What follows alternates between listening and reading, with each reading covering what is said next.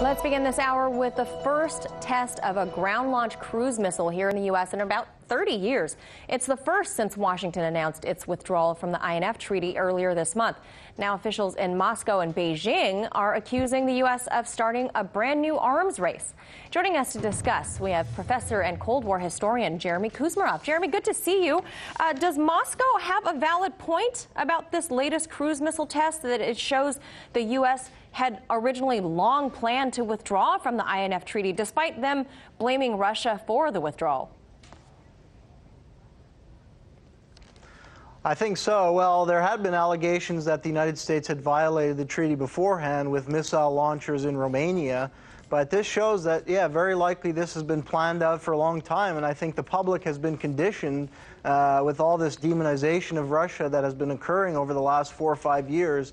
The public has been conditioned to accept this new Cold War. And Jeremy, I want to read to you what an official in Moscow stated. They said, the United States has obviously taken the course of escalating military tensions.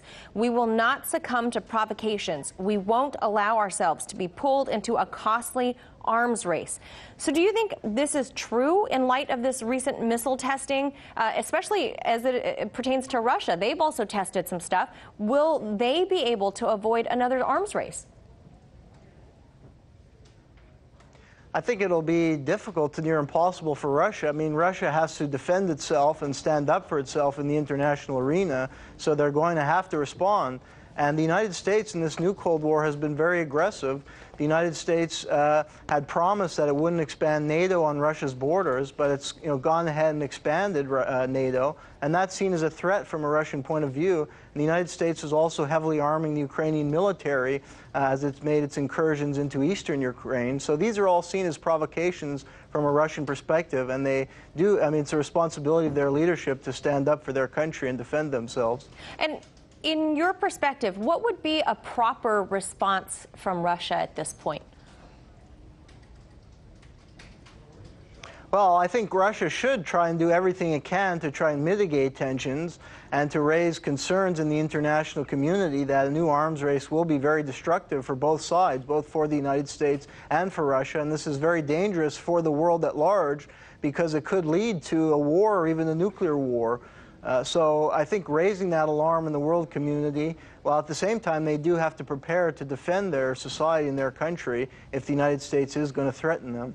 And as you said, this is a global issue. The Chinese Foreign Ministry spokesman, Geng Shuang, said the U.S. ought to let go of its Cold War mentality. What do you make of China's reaction to this U.S. missile test? Yeah, I think it's very disturbing. I think people forget the history of the Cold War and how destructive it was.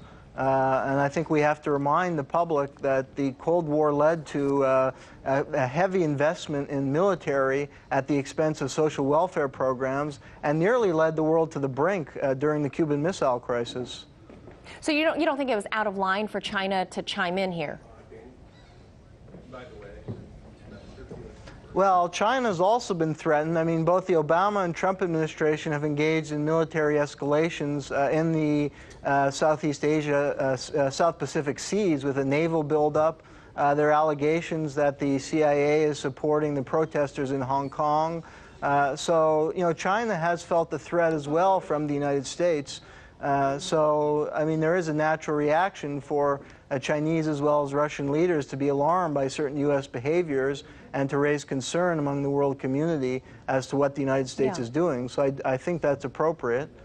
And let's switch gears here to look at how the U.S. media has portrayed the playing out of the INF Treaty. The media here in the U.S. has kind of focused on Russia's recent testings of their missiles.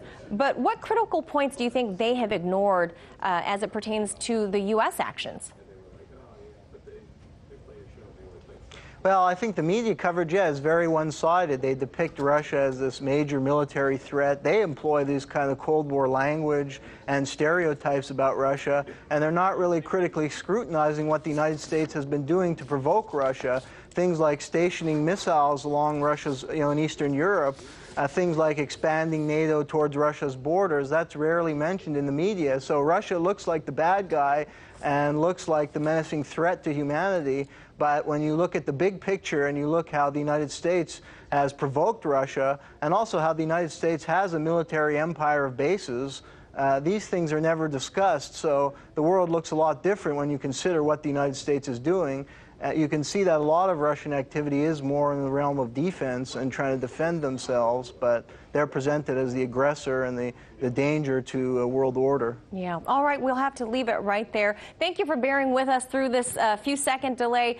Professor and Cold War historian Jeremy Kuzmarov, thank you. Hey YouTube, thanks for checking out our channel. We hope you enjoyed the video. We have tons of content for you just like this. For more of RT America's one-of-a-kind news and analysis, be sure to subscribe and never stop questioning more.